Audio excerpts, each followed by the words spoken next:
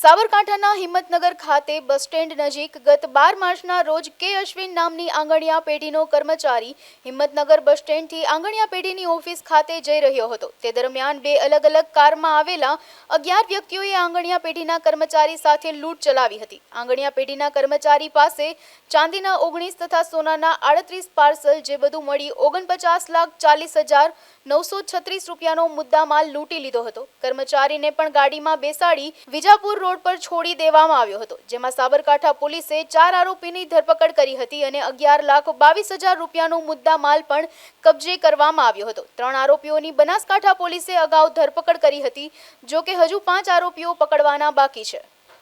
તારીખ 12/3/2024 ના રોજ હિંમતનગર બસ સ્ટેશન ખાતે સવારના 7:15 થી 7:30 વાગ્યાના સુમારે આંગણિયા પેઢીના બે કર્મચારી અમદાવાદથી સોના ચાંદીના દાગીના લઈ અને ઉતરે છે, જેને અગાઉથી રેકી કરી અને બે ગાડીમાં નંબર પ્લેટ વગરની ગાડી હતી કેટલાક અજાણ્યા શખ્સો એઓને પોલીસની ઓળખ આપી અને કેમ સોના ચાંદીના બિલ વગરના દાગીના લઈને આવો છો એવી ઓળખ આપી અને એ લોકોને ગાડીમાં બેસાડે છે અને આગળ જઈ અને એ લોકોને રસ્તામાં ઉતારી દે છે અને તેમની પાસે રહેલા પાર્સલ એ લઈ જાય છે, જેની કિંમત આશરે 49,40,000 જેટલી હતી।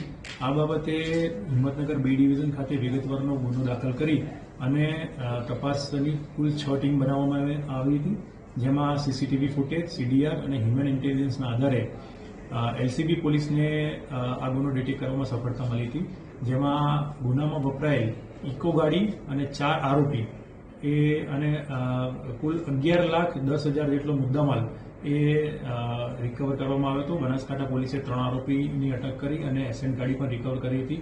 આમ આ ગુનામાં કુલ 7 આરોપીની અટક થઈ છે, હજુ 5 આરોપી પકડવાના બાકી છે।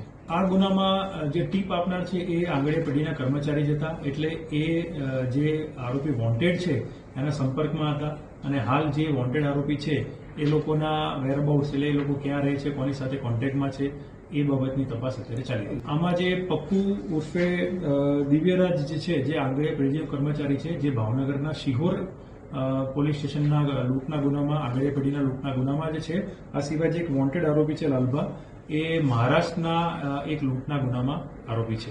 જે પ્રાથમિક પૂછપરછના આધારે આ લોકો દરરોજ અમદાવાદથી એક જ અમદાવાદ વિજયનગરની બસમાં આવતા હતા અને એમનો સમય પણ ફિક્સ હતો, એટલે લગભગ 2-3 દિવસના રેકીના આધારે આ ગુનાને અંજામ આપેલો હતો। 49,40,000ની કુલ લૂંટ થઈ હતી અને મુખ્ય આરોપીઓ જે 7 આરોપી જે પકડાયા છે એ સિવાયના જે 5 આરોપી છે તમામ આરોપીઓ મુખ્ય આરોપીઓ છે।